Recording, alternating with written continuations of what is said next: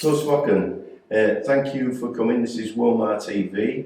That's the World of Martial Arts TV. We do an awful lot of interviews with martial artists. Can you tell us how you got into martial arts and why?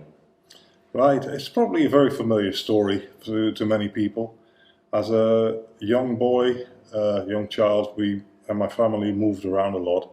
And when I got to possibly 6th grade, primary school, I was the odd one out, got picked on, got bullied, and at some point my parents thought, enough is enough, you need to learn up to stand up for yourself, so let's sign you up for some martial arts classes, and that's really how it began at the age of 10.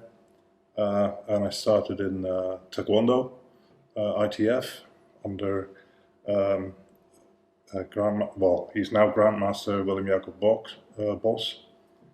In the Netherlands, and I must say within like 3 months or so I completely forgotten why I was there. I enjoyed it and I stuck to it ever since, to be fair. So how high did you raise yourself in the Taekwondo? I started when I was 11. At 16 I earned my black belt, first dan. At 18, second dan. And I kept on training well on my way to my 3rd dan when my instructor moved to Italy, because he had a good offer there to train the Italian national team.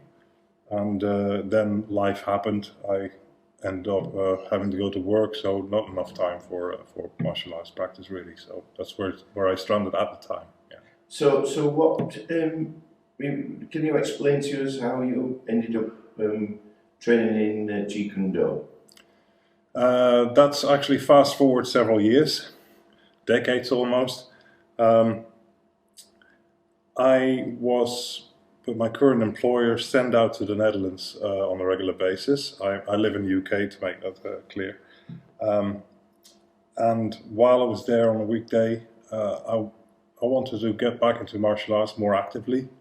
Looked in the local area, what's available there, and then I found my current instructor in Jeet Kune Do. And it was an art that I was always interested in, because who doesn't know Bruce Lee? In my childhood, I once saw one movie, and I probably was about 13, 14 years old, and I was instantly intrigued on where can I learn that. But it's few and far between places where you can study. So I found myself really lucky that I discovered somewhere that did that, and I started that. I think I had my trial lesson in 2011, if I'm not mistaken, so not too long ago. Work-wise, it took a little bit of time to get my schedule sorted out, so I didn't start in earnest until probably about a year later. So what do you feel that the Jeet Kune Do, after spending a lot of time in Taekwondo, what do you feel that Jeet Kune Do offers you and maybe others? It's the fact that Jeet Kune Do is really aimed onto the individual, if that makes sense. A lot of martial arts, particularly traditional martial arts like Taekwondo, karate, you name it, you really have to adapt to the art. You're molded to the system, if that makes sense. And then Jeet Kune Do is the opposite. You make the system work for you as an individual. You pick your own strengths out of it and cultivate those, develop those, and that's what attracted me to it. This almost simplistic, non-traditional approach. Mm. Yeah. You see, for James to be basically, you must have spent quite a lot of time. But he's now made you an instructor in this country, is that correct? That's correct, yes. Yeah, and can you tell us how that came about, please? By surprise, to be honest, because I never set out to become a certain rank or a certain position or whatever. I just trained for the enjoyment. I like to pass it on, and it was last year that I was in the Netherlands during a seminar with Sifa Richard Torres from the US that I was attending, that James and his friend George pulled me forward, saying we would like to promote you to instructor. So that was, well, very humbling.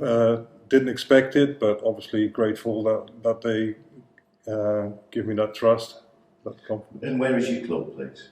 I'm based in Devon, in Newton Abbot. Okay, and have you got a lot of students, or is it just a small nucleus? It is a small nucleus, and that's partly due to the pandemic, sadly. I guess this is a familiar story for many. Up until the pandemic, my group was slowly but steadily growing, and then the pandemic hit and everybody suddenly wasn't allowed to do anything anymore. People had different priorities, moved away, maybe stopped and tried something new after we were allowed to mix and mingle again. So yeah, it's almost like starting off scratch again. So yeah, it's still low numbers, but it's a dedicated little group that we could train with. So people in the Newton Abbot area could find you if they were really looking for you?